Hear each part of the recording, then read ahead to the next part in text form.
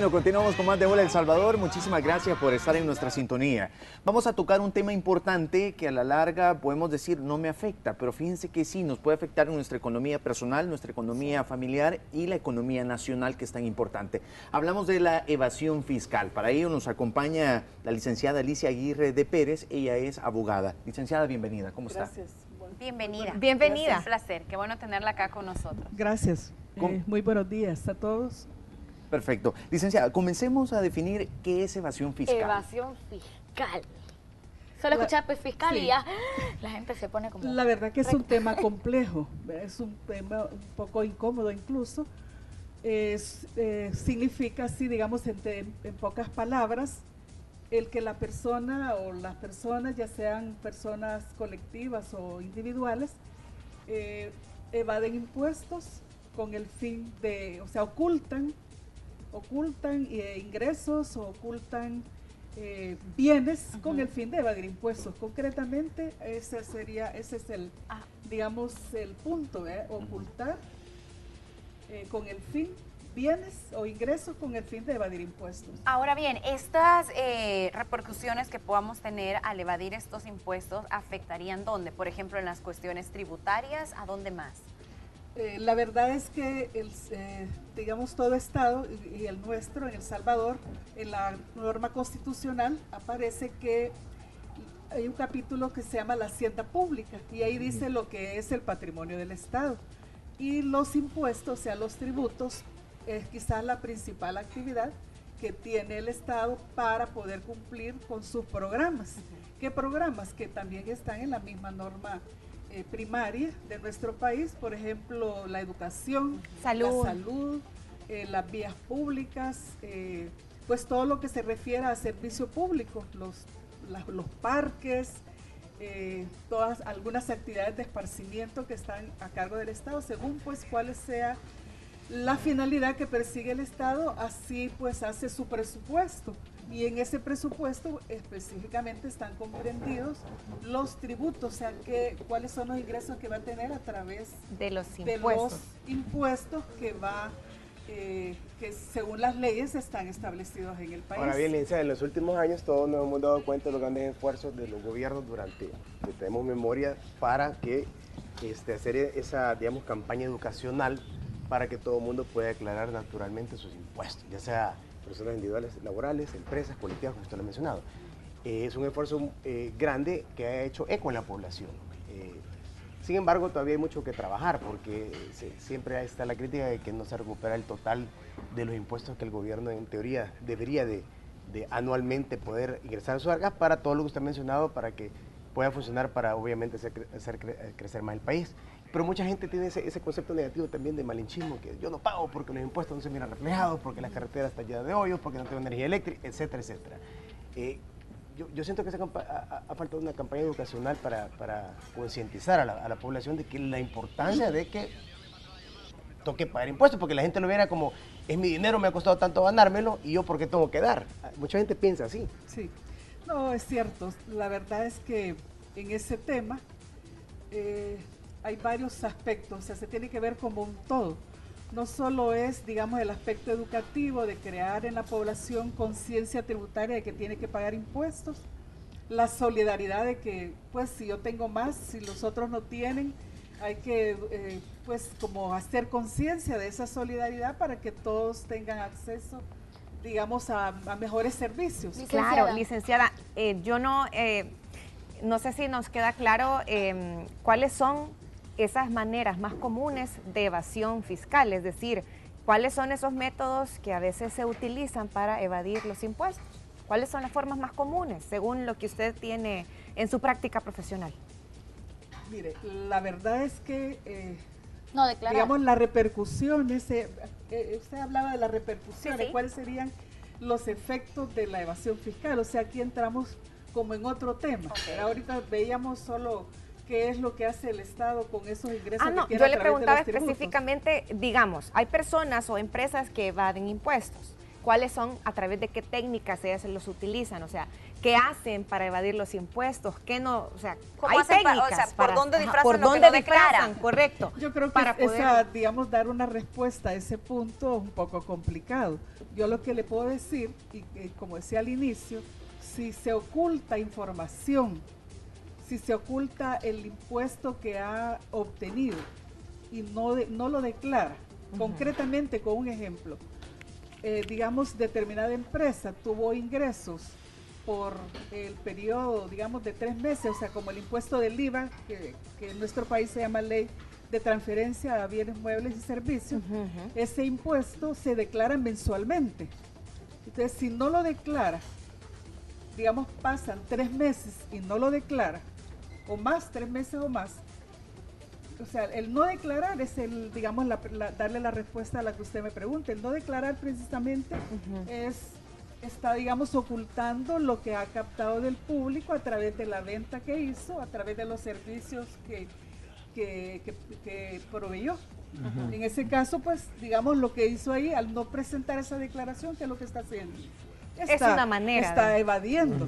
Pero entonces puede el Ministerio de Hacienda, digamos, al darse cuenta, tiene procedimientos del Estado, digamos, a través del Ministerio de Hacienda, tiene procesos a través de los cuales puede percatarse de esas circunstancias. Entonces hace auditorías, digamos, tributarias, donde detecta, porque tiene centralizada la información, se da cuenta de que no existe esas declaraciones, entonces va y tiene todo un equipo, tiene un personal inmenso, pues, para poder hacer ese... Cuando dicen auditoría, saltan, ¿verdad? ¿Sabe?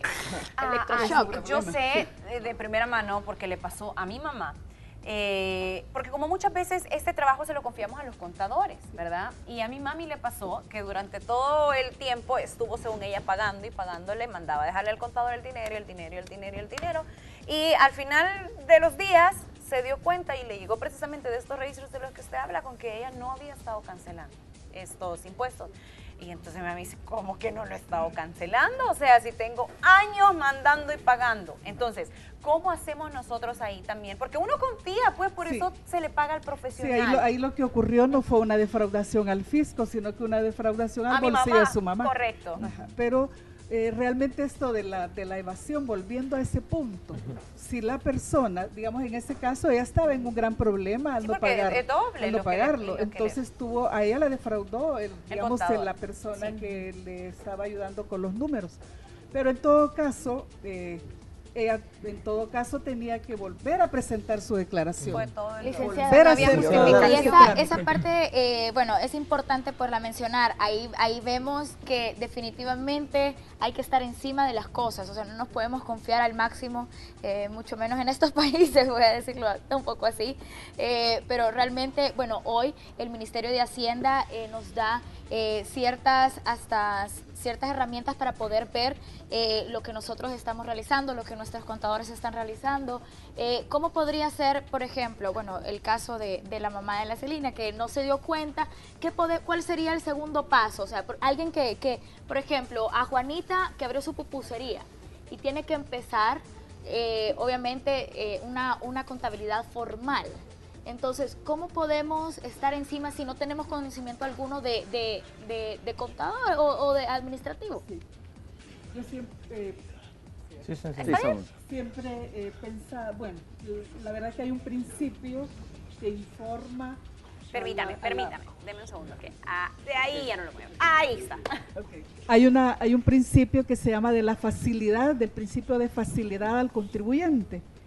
Yo creo que ese principio, me voy a atrever a mencionarlo, creo que se ha perdido un poco, porque en realidad se le vuelve bien complicado a las personas que tiene que hacer factura, que tiene que hacer crédito fiscal. A lo mejor se debería de buscar un mecanismo único, digamos, una forma más simple, que incluso estaría fundamentada en ese principio de facilidad al contribuyente, para que no le cueste, por ejemplo, a este pequeño empresario, no le cueste estar haciendo todas sus obligaciones tributarias, y que en todo caso va a contribuir con los ingresos que necesita el país para mejorar, digamos, en todo sus servicios. Mire, licenciada, ya que menciona eso de cómo mejorar los servicios que presta el Estado a los ciudadanos, me gustaría saber cuál es la tasa de evasión fiscal en los últimos años, si ha crecido, si ha disminuido, porque fíjese de que ayer en un periódico de circulación nacional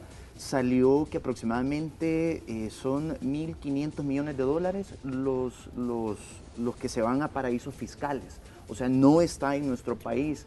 Son tasas que son elevadas y que obviamente esa tasa podría servir a nuestro país, como usted ya lo decía, para invertir en educación, que tanto lo necesitamos, para invertir en infraestructura y así otras cosas, y medidas esa de es la cosa, seguridad que por eso también. hay tanto... Exacto. Entonces, ¿cómo, además de la tasa que le digo de recaudación fiscal, cómo se afecta a gran escala? Porque ya estamos hablando de un 3% aproximadamente del Producto Interno Bruto que está en paraísos fiscales. Bueno, pienso que jurídicamente se deberían de implementar medidas, no castigos, no más sanciones, sino que medidas tendientes a que haya más inversión internamente.